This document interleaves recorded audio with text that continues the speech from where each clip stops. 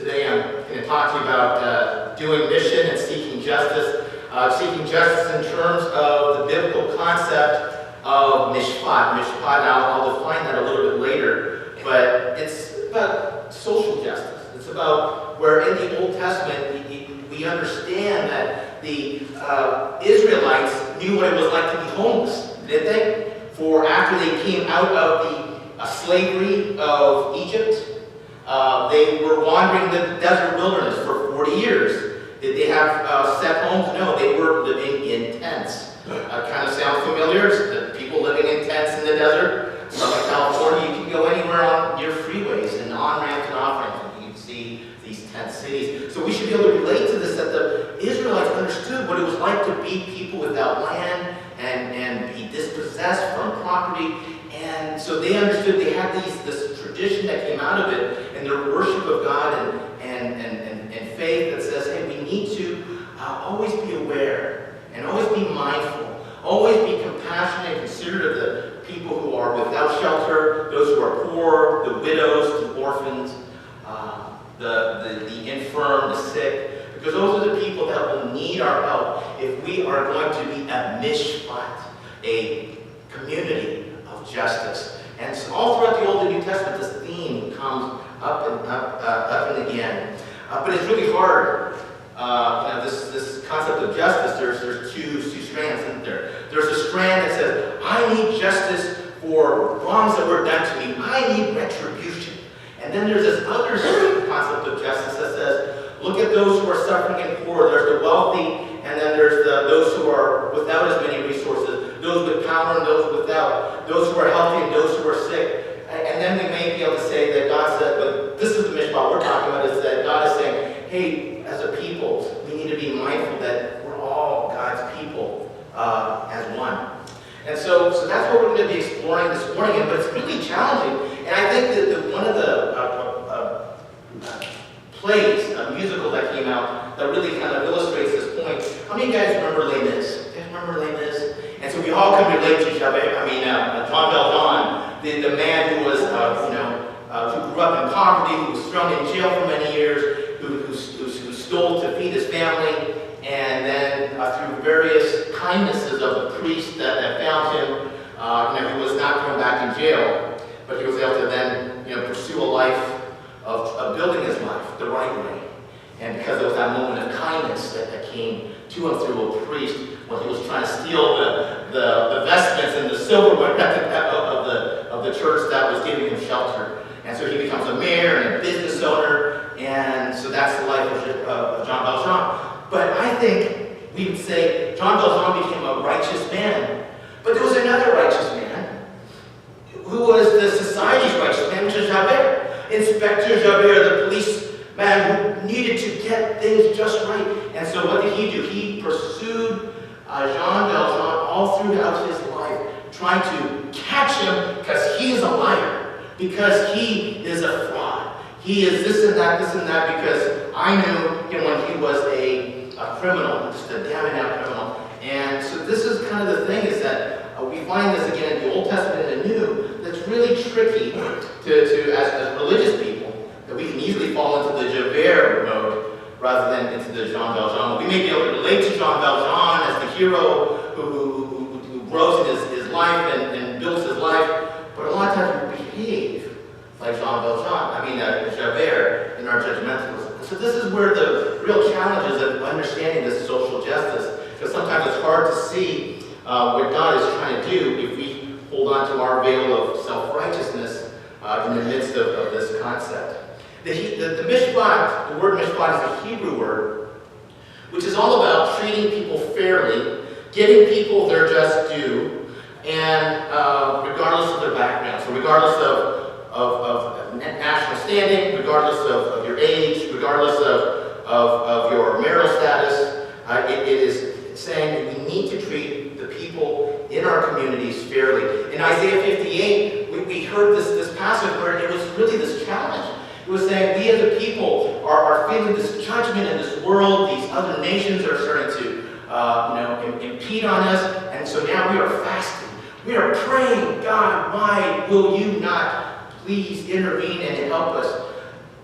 And God is saying, when you fast, and when you are acting religious, and you are singing your songs and making your sacrifices, your heart is so far from me that it's really hard for me to see that. It's because if you really want to know my heart, then my heart is full, once again, is for those who are disenfranchised in your community. Are you taking care of those? Are you breaking the chains of injustice in your community? In Zechariah chapter 7, verses 9 through 10, it talks about very specifically, it talks about this. It says, what is it that the Lord of heaven's armies say?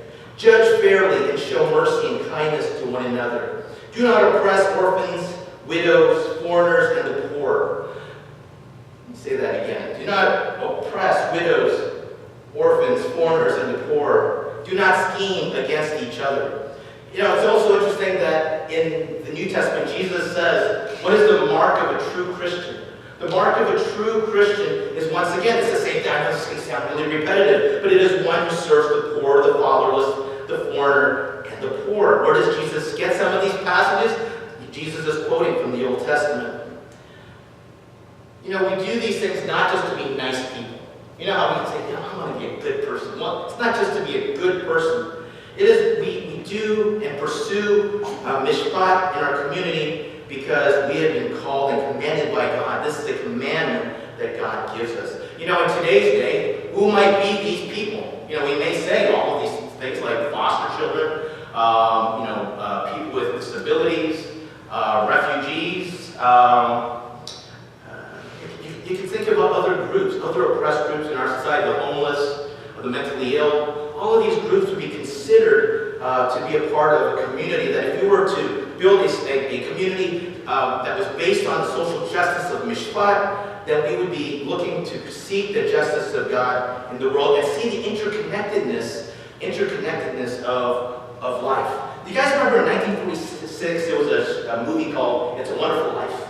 It's a Wonderful Life, and there's a run on a bank. There's a guy, Jimmy Stewart. Remember Jimmy Stewart? He kind of talks like this, and there was a run on the banks, and people were panicking, and so they go to the savings and loans where he's the president of it, he's managing it, and he's looking at the people, and they're all panicking because they want their money because they think the bank is going to, the savings and loans is going to close. And he said, look, you people, you got it all wrong. Mr. Potter and his bank, he wants you to sell your shares to savings and loans and pennies on the dollar. But then you'll just be oppressed and not have a home, and then you lose everything.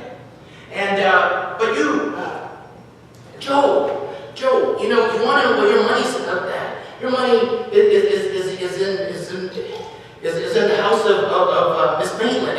And Miss Maitland, your money is also tied up in these other people in our community. What are you going to do? Do you want to foreclose on your neighbors? Look, we have all given so we can build our homes together. All right, that was my Jimmy Stewart impression. And all that very good. I apologize.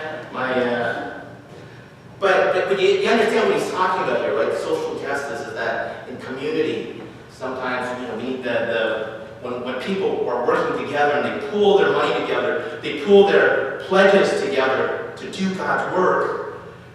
Great things can happen, and homes can be built, lives can be rebuilt, and there can be the sense of renewal and revitalization in that community.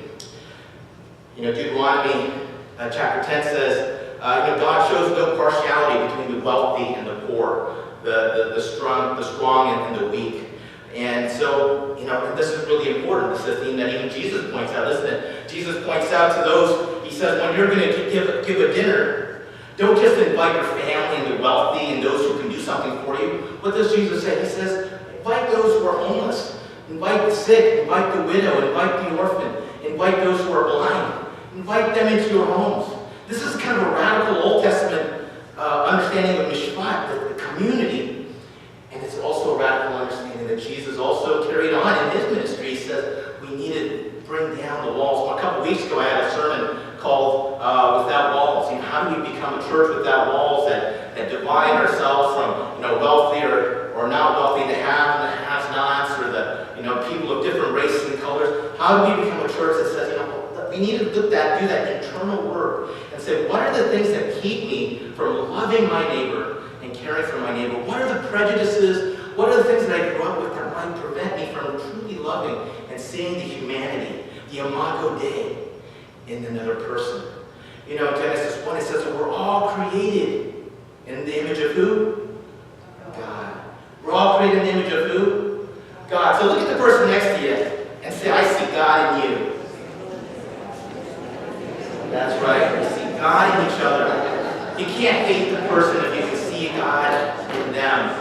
You've got to show some love, and that's the essence of community, essence of church community. That is what makes our thinking, our understanding, our worldview so different, because we can value the people regardless of how different they are, their lifestyle, their socioeconomic background, their race, their religion, whatever it is, we can see the image of God in them.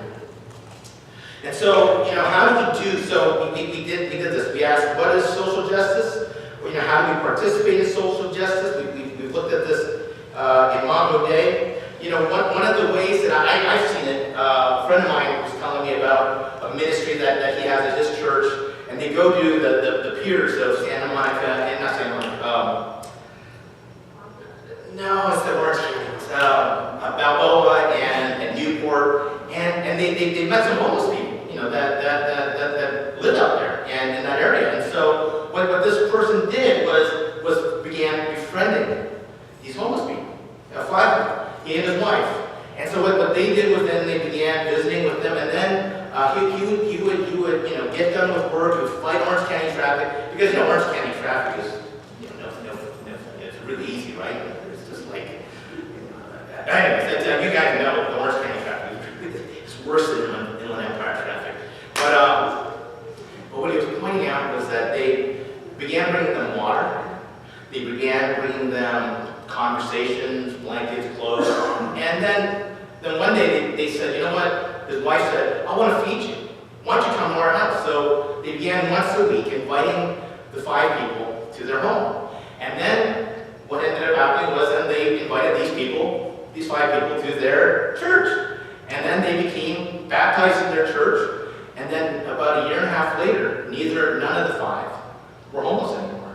You know, several of them had, moved to Texas, moved to other states, but they weren't homeless anymore because they found a community of faith that was trying to live out mishpat, social justice, and said the love of God, and said, you know, I see the Imago Dei in you. I see the image of God in you. You know, we saw that in some of our testimonies yesterday, where people were talking about having been homeless at our event yesterday, their Faces of Homelessness. We had this event on Saturday. And it was just interesting listening to the testimonies. Because when you listen to the testimonies, you can realize that, like, you know, these people had people who reached out to them and cared for them, and did not see them as homeless, displaced, drug addicts, but they said, you know, you are a beloved child of God. You may be lost right now, but in Christ you can be found. And so we have food for you, we have shelter for you. Inland Valley Hope Partners, the Volunteers of America, these various organizations, and churches, we're all working together along with the county to try to alleviate this human suffering of homelessness. You know, the theme that kept on coming up and up again was that we need to offer people dignity. It's not just shelter and food and water, that's all important, but we also need to look at people and look at them as souls and spirits, that they need to be encouraged. They need to be loved and seen as the dignified human beings that God had created them to be, and then that gives them a hand up. A hand up. I feel like that pitcher in the Red Sox. You guys didn't watch the World Series, but he did this thing was really to me. But in a weird way, it's the same motion. But all of us need to be helping people get a hand up in a mishpat-oriented community. So how do we as a church do social justice? In Luke chapter 10, there's a story of the Good Samaritan. You know, the first one was a priest. He walks away from the man who was beaten up and left for dead. And then there was another person who was a scribe, and he does the same thing. He stays away from him. But it was a Samaritan who got down off of his donkey, came down and saw the person that was in need. He addressed his wounds, gave him water, gave him some food, put him on his donkey, took him to an inn, and said to the innkeeper, whatever he needs, when I come through. Please take care of this man. Jesus was saying, again, that regardless of race or creed or whatever background people come from, that the people of God are to be challenged, to be showing compassion. And so in Timothy Keller's Redeemer Presbyterian Church, he offers 3 ways of doing the law. I think this is kind of an interesting way of doing it. The first way of living out mishpat is relief. We offer relief to people, just like passing out water, doing the ministry of going to a pier or to a park and providing water and getting to know people who are homeless, or maybe it's even our neighbor. Maybe it's a neighbor who's a senior citizen who may be shut in, or maybe it's a refugee, like the kind of ministry that Pat Williams is working with Seema, from Tibet. Maybe it's these types of individuals that we befriend. Everyone say befriend. Can you befriend somebody? Consider befriending someone that is within your sphere of influence. And that's who someone maybe God has placed in your life. You could show kindness to that individual. So we provide relief. And as a church, how do we do this? We support our shelter home once a month. You can offer to provide a meal for the families in our shelter home in Pomona, where many of you guys already have heard of our shelter home, where families are brought in for 90 days to be able to get their lives together, homeless families, and then they're given training and clothes and a handout. And within those 90 days, they're encouraged to and will receive help to find housing and to move into housing. We also do, as a church, we do back-to-school backpacks. You guys know we do back-to-school backpacks for Pomona Hope. Those are concrete ways that we provide relief to those who could benefit from our benevolence. A second level of living in Mishpat community is through development. Now, development is more like dealing with people with mental illness, providing treatment, counseling, job training, and life skills. So those would be like Inland Valley Hope Partners, Volunteers of America, and Project Shala that we heard about yesterday. Those types of organizations help with the development of people. So it takes a little more sophistication than just going out to the park and helping somebody. This is a little more organized way of doing it. And then the third way is for pursuing reform. Whether it's doing an organization like a program like we did yesterday, like Faces of Homelessness, bringing different organizations together, including the government, to be able to say, how do we deal with the homeless issue in our area? Yesterday we had Councilman Steve Conley. He joined us. And a lot of people remarked and actually addressed him during their talks and said, we need more of our city officials and our leaders to be aware that there are people trying to work on these types of issues in our community. That's advocacy. Having our Los Angeles Sheriff's Department's luncheon last year, Sheriff came again this time, and Sheriff's Deputy, and thanked us again for putting that on. And he said, we had almost like 95% of our station come that day. He said it was an amazing turnout. He didn't even expect that. But we are doing advocacy on behalf of the homeless in our community when a church invites the police department for lunch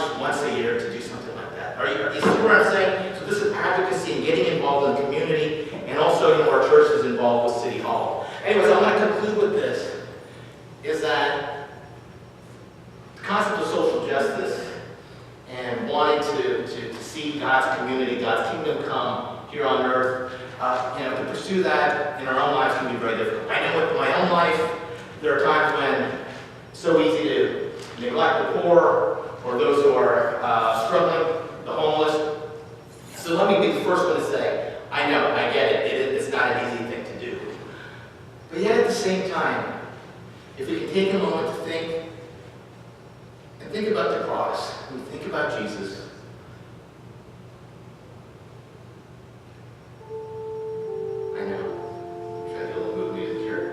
contemplative music, thank you. Keep going. Maybe close your eyes and gaze upon Jesus. And gaze upon and think about a time when maybe you were struggling in your life. Maybe you didn't have your life all together. And there was a time when you or your family were in need. Or maybe